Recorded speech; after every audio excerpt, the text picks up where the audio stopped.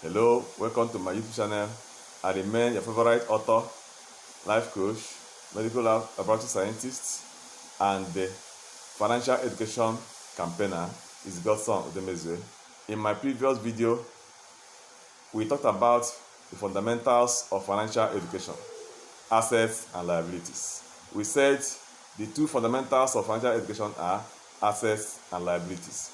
We went ahead to define assets and liabilities. We said an asset is anything of value that puts money into your pocket or bank account.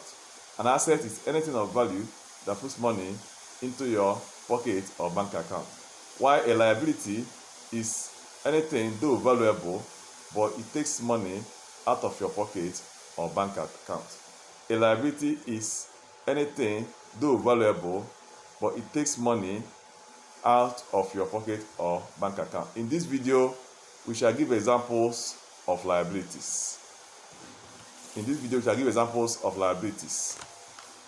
We said liabilities are those things that, though they are valuable, they take money out of your pocket or bank account.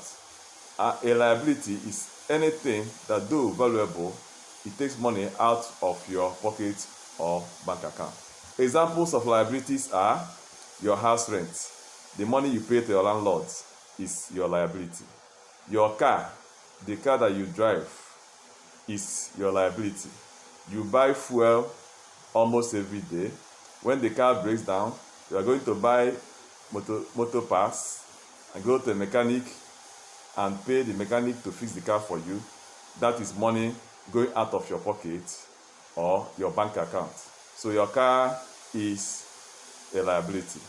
Your electricity bill, the money you pay to EEDC or whichever disco that is you are paying to, is a liability. It takes money. Your electricity bill takes money out of your pocket or bank account. Your gas bill, the money you spend on gas to buy gas, your cooking gas, is a liability. Your water bill, whether you buy from water tankers that supply to the public, or you are buying for your neighbor's borehole, you're buying for your neighbor's tap water, that is a liability. Your transport fare, the money you pay to transport to and fro your work and elsewhere, is a liability. Your feeding bill, the money you spend on food, is a liability. Your shopping bill, the money you spend on shopping, you go to shop to do shopping in a shopping mall, or in a shopping mall, that's a liability. The money you're spending on shopping is your liability. Then party expenses, the money you spend to host a party, whether it's a birthday party or your wedding party or traditional marriage or any party at all. You host your friends to a party, that is a liability. The money you spend on party or night or clubbing, is a liability. Then your hospital bill, if you ever fall sick or have cost to buy drugs from a pharmacy or chemist shop, that money you are spending going out of your pocket or your bank account is a liability too. Then there are two other critical liabilities. Listen carefully. Let's talk about two other critical liabilities. Your own house in which you live. Our people, the local mentality we have is that there is no investment that is bigger than your own house, having your own house.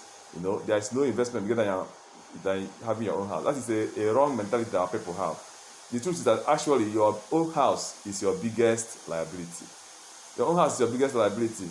Your own house does not earn you income, and from time to time you have maintenance costs. You bear maintenance costs. There may be a plumbing work to be done. Then if you have water, if you have your own borehole, your summer may develop a fault. You buy a new summer. Maybe the pumping machine that develops a fault. You fix the pumping. You have to buy a new pumping machine or fix the one you have. Sometimes you need to repaint the building, or you do some cement work, or you work on the roofing on the PVC. So your own house is a liability. So if you have a house in Lagos or Abuja, in the city where you live, or in Warri, wherever, and you also have another house, your own house, in the village. So you have a house, your own house, where your family lives in the city, doesn't earn you income. You have another house you built in the village, doesn't earn you income. They are both liabilities. It is the first sign that you lack financial education.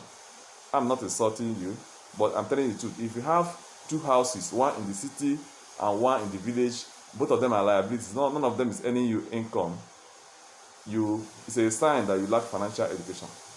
It's a sign you lack financial education.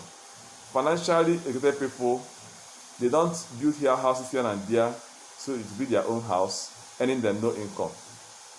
Rather, they make sure that for every house they own and live in, there's another house that is earning them income. That is an asset that's earning them income. So the other liability is your meanwhile, you didn't mention tax you pay to government. It's also another liability. Tax to government is also another liability that you have to bear. Then the next critical liability you have to take note of is your children or your child. Your children or your child, upkeep. Actually, your children are useful to you both now and in the future. So they are actually assets. But what it costs you to feed them and train them in school now is actually part of your liability. So it's instructive, very instructive, that you have a number of children you can take care of happily. The essence of financial education is that you have liabilities, you have assets, and you are happily taking care of your liabilities and your assets. You are happily doing all these things. Because part of things you do, part of giving out money is charity. We haven't even talked about that. Giving out money, you have to donate to charity. So if you see yourself donating in the church and you are grumbling, you are not financially educated, you are not financially healthy, you are financially hurting. When you are financially healthy, you are not hurting. You give in the church, in the society, you donate happily. You take care of your children happily, you love them. You see parents that have 7, 8 to 10 children, and they are hurting financially. You see how they motivate their children. Some parents carelessly kill 1 or 2 of their children just to lessen their financial burden. In the first place, we are financially ignorant to have 7, 8 children when you don't have the income to take care of them. So financially educated people, they have number of children that they will be happy to have, love them, and take care of them. You have 2 children, 3 children, 4 children, 5 children. It's a sign that you are financially educated. Because at the end of the day, you happily take care of these children, love them, cherish them, give them a good life, and also you'll be having a good life yourself and you'll be happy. So it's instructive that you have the number of children you can take care of, so you can happily take care of them. It really breaks my heart when I see children that are not loved, children that are being maltreated, children that are being treated as if they don't deserve to be loved, as if they are not human beings, just because their parents are hurting financially. So have number of children you can take care of, so you can happily take care of them, pick their bills, feed them, pay their school fees, love them, and they will love you in turn. So that is another critical liability. In the next video, we are going to be talking about doing examples of assets. What are the assets in our life, or what constitutes assets in our lives? So if you got value in this video, I want you to like this video, share it, and subscribe to my YouTube channel. Thank you, and God bless you. See you in the next video. Bye.